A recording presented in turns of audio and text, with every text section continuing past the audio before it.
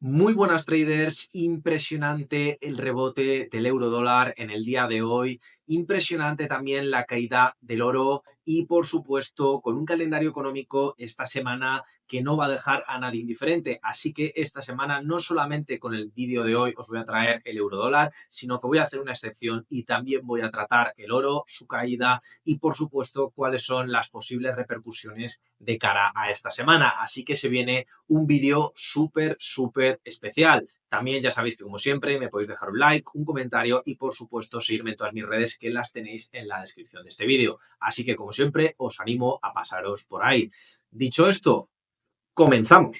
Bien, ¿cómo no podemos empezar de otra manera que hablando de lo que ha ocurrido hace prácticamente unas horas que realmente ha sacudido los cimientos tanto del euro dólar como del oro? ¿Por qué? Porque hemos tenido un posible acuerdo ya no solamente de alto el fuego, sino probablemente nos acerquemos en los próximos días a una paz quizás más duradera en el apartado de Israel y del apartado de Gaza. Como bien sabéis, esto ha impulsado el oro durante los últimos meses debido a un aumento de las tensiones geopolíticas, pero también tenéis que ser consciente que toda guerra, al igual que tiene un inicio, tiene un final y ese final pues tiene dos consecuencias inmediatas. La primera de todas, esa corrección tan importante del oro que luego veremos y por supuesto también pues que al final el dólar, que mucha gente pues lo ve como una divisa refugio, sobre todo teniendo en cuenta que al final es un conflicto que está al lado de Europa y que penaliza en cierta medida a Europa más que a Estados Unidos, pues digamos que todo eso es lo que hemos tenido en el día de hoy. Eso no estaba ni entraba en ningún calendario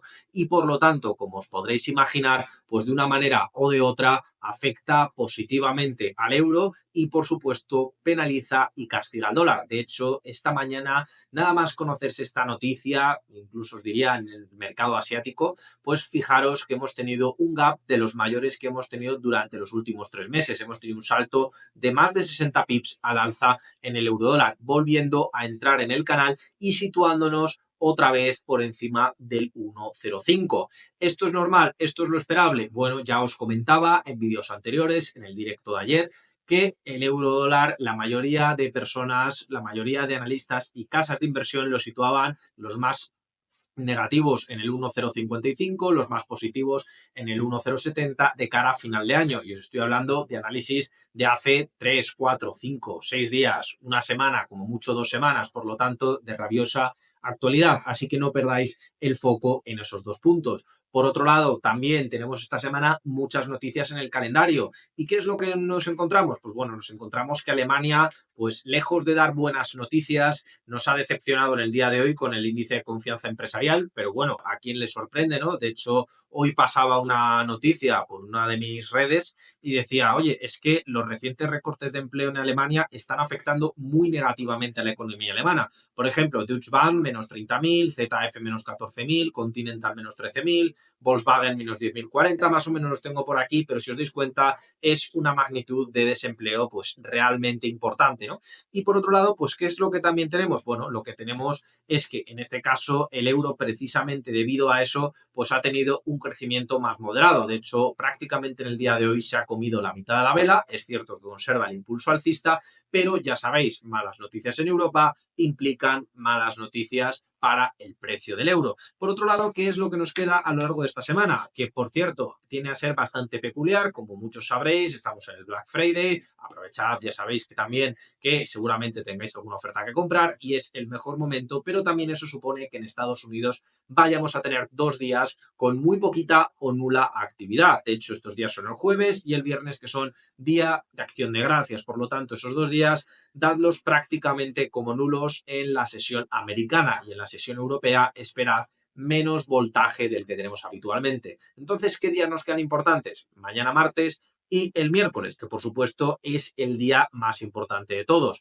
¿Qué es lo que tenemos mañana? Confianza del consumidor de Estados Unidos del mes de noviembre, que a diferencia de lo que ocurre en Alemania, pues en este caso la previsión es que vaya al alza, ventas de viviendas nuevas en Estados Unidos, que siguen establecidas en unos niveles máximos, y por otro lado, actas de la reunión de la FOMC. Recordaros que estas actas de la reunión de la Reserva Federal vienen a hacer un poco hincapié en por qué se bajaron los tipos de interés y, por supuesto, nos dan pistas de si vamos a tener una bajada de tipos de interés en este mes de diciembre. Ya os adelanto que es muy probable que no tengamos una bajada, o si tenemos es una bajada de un cuarto de punto. De hecho, si nos vamos al dot plot, es decir, a la encuesta de posibilidades de subida o de bajada de tipos o incluso de mantenerlos, os daréis cuenta de que pues prácticamente existen las mismas posibilidades, al menos a día de hoy, a 3 semanas y pico de que se dé la reunión, pues de que bajen un 0,25 o que mantengan los datos iguales. Todo dependerá de los datos de inflación que vayamos conociendo.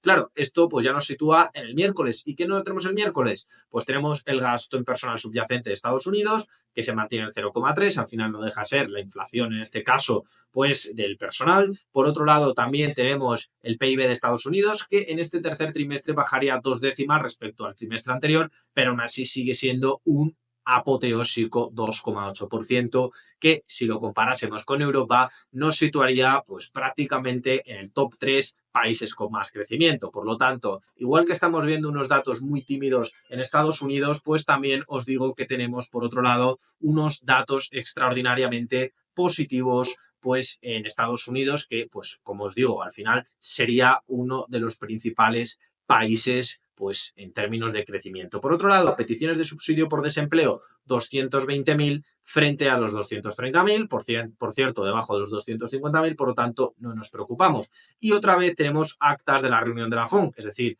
también, pues bueno, veremos un poco qué es lo que nos viene a decir en estas actas que no nos hayan dicho anterior. Ya sabéis cuál es el discurso general. Powell, en términos generales, no se moja, dependerá de lo que digan los datos, pero por ahora el crecimiento de Estados Unidos es sólido. Por lo tanto, puede permitirse bajar los tipos o puede permitirse no bajarlos. De ahí los datos que estén tan coligados. En cualquiera de las situaciones, pues en cualquiera de las situaciones tenemos que tener en cuenta que Estados Unidos tiene más posibilidades de bajar los tipos que Europa. ¿Por qué? Pues porque Europa, si nos vamos al jueves y pues nos vamos al viernes, nos damos cuenta que en el IPC de Alemania, que ahí es unas cosas súper importantes, nos daremos cuenta, sorpresa, sorpresa, que pues nos encontramos con una cosa francamente importante. Nos encontramos con que vamos a tener un aumento de la inflación. De hecho, aunque no os aparezca en Investing, pero sí os aparece en TradingView, en el calendario, ya sabéis, diferencias en función de cuáles son las noticias importantes, tenemos una diferencia prácticamente de que Europa aumenta su inflación, aquí lo tenéis en pantalla, en 2 décimas, volviendo a superar el 2%, que era la línea objetivo. Por supuesto, se debe al aumento de las energías,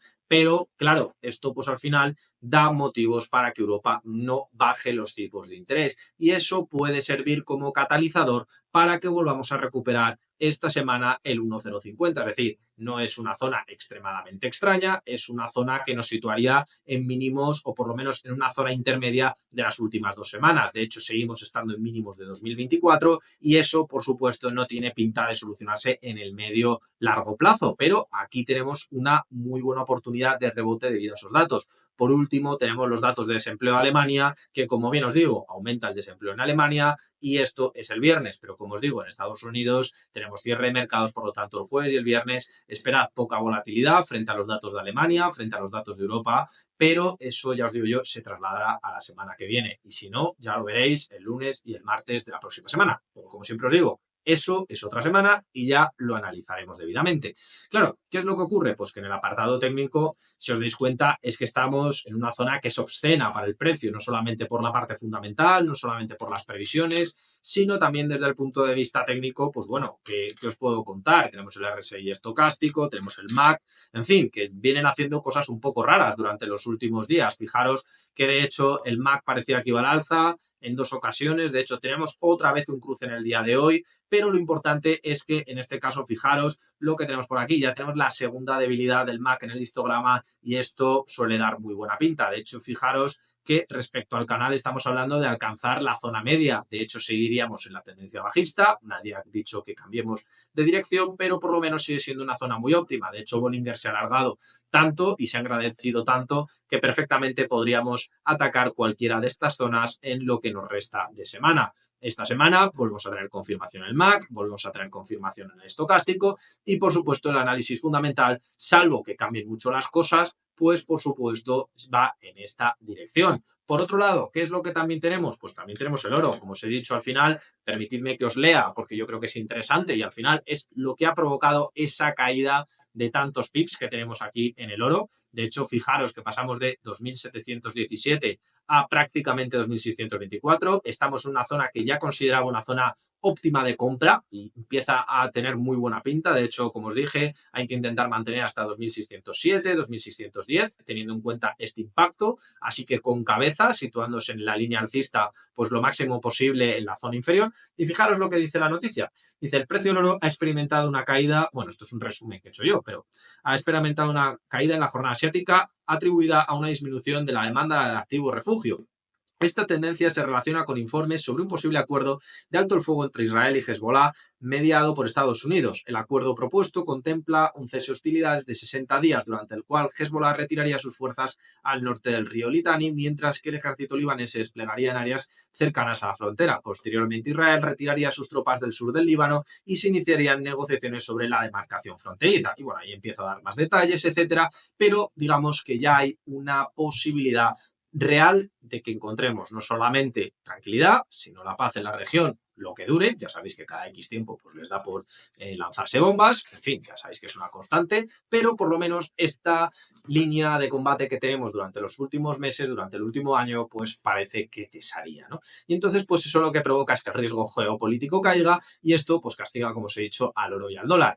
De darse esa firma de acuerdo, pues muy probablemente incluso podríamos volver a llegar a visitar la zona de los 2.550, 2.570, ¿no? Más o menos, esa es la zona que estimo. ¿Que todavía no se firma esta semana y puede llegar hasta esta zona? Pues podemos buscar rebotes. ¿Por qué? Porque la gente seguirá estando a las expectativas. No sería la primera vez que se levantasen de la mesa de negociación.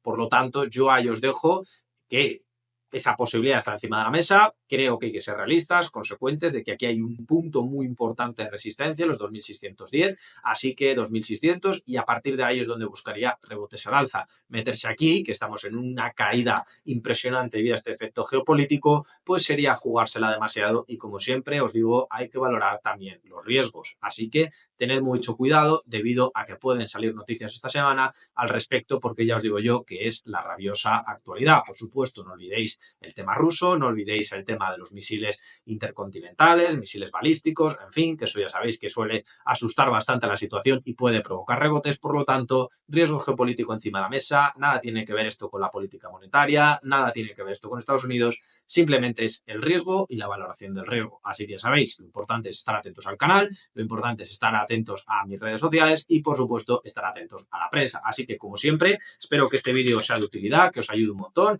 y, por supuesto, nos vemos esta semana con más, mañana con más y, por supuesto, el jueves os traeré un nuevo indicador. Así que, chicos, un saludo y hasta la próxima.